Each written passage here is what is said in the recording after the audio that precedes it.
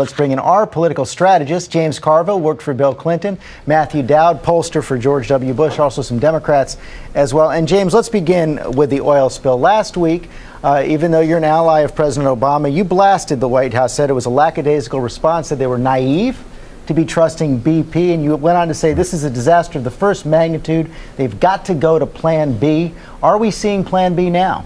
Man, I hope so, George, because the political stupidity of this is just unbelievable. Here you have a situation where you have some 11 hard-working people blown up as a result of corporate malfeasance and maybe criminal negligence, as a result of inept bureaucrats who were part of you could even actually blame the previous administration for this, and the president doesn't get down here in the middle of this. This thing should be, his approval rating should be up 7 points right now if he'd have come down. And I have no idea of why they didn't seize this thing. I have no idea of why their attitude was so hands-offy here. It's just unbelievable. Well, now I hope he sees it now, because this is very seldom you get something that's really good politics and really the right thing to do. Well, and that is to get involved here. The president is going down on Friday. He's announcing these tighter new regulations on Thursday. Matthew Dowd, you lived through Katrina.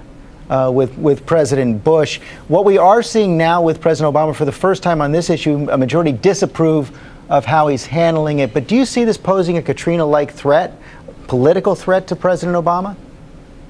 Well, I think this incident that happened, this obviously environmental disaster happened, is another example to the American public that they can't trust big corporations and they can't trust big government to protect them. And I think ultimately it's going to be a real political problem. It hasn't affected his numbers yet, but James is right. In a disaster like this, his numbers should actually be going up, not just staying stagnant. And I think ultimately they're going to drop, because I think the country right now is so frustrated on a lot of things. This is just another example where they say, what is government doing and what can they do well? We have these disasters, and we seem now to be on Plan G. But let me ask both of you, what more can the president do here? Go ahead. George, the president of the United States could have come down here. He could have been involved with the families of these 11 people. He could have commandeered the things that we could have sent the Woods Hole people. We could have sent the Scripps people. They don't have research vessels in the Gulf of Mexico. He could have demanded a plan in anticipation of this. You know, right? He can't exactly fill the hole up.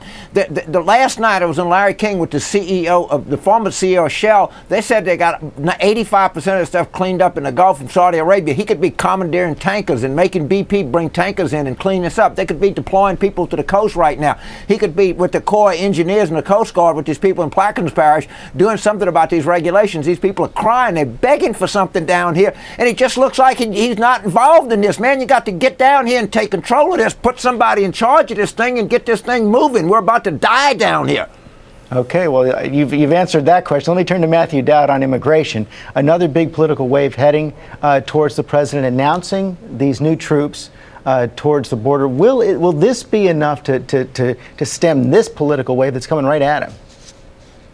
No, not at all. And I mean, ultimately, this was a political move. He would not have done this but for what happened with Arizona and what's going on in the rest of the country. It's not just an Arizona problem. The rest of the country thinks the government is broken and doesn't have an immigration policy. So, yeah, I think this is a symbolic act. It's not going to do 1,200 troops on the border that stretches from California to Texas is not going to do anything to stop drugs from coming over or stop the gang killings and all the things that's going on. It's not going to do anything. It is symbolic.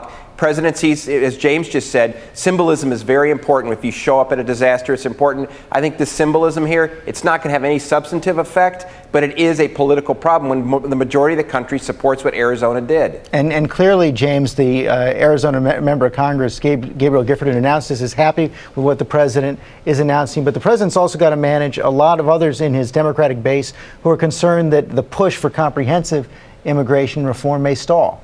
Yeah, he does, and look, it's a heck of a problem. I'm not exactly sure, because you hear conflict and things. Some people actually claim that the crime rate in Arizona is down, or the number of illegals coming into Arizona is down over a period of time. I have no idea what the facts are, but obviously they have some problem when they border. They really feel that way. This is an area of great frustration, and he's doing something, and hopefully this works. But man, he's got, the other thing this president needs to do, George, they need to launch a criminal investigation. The Attorney General needs to investigate criminal negligence on the part of BP and what went on at MMS. There's 1,000 things that he could do. He just needs to get down here and start doing something. People are dying. Okay, well, the president is going to be there on Friday Thank you both for your passion and your insight this morning.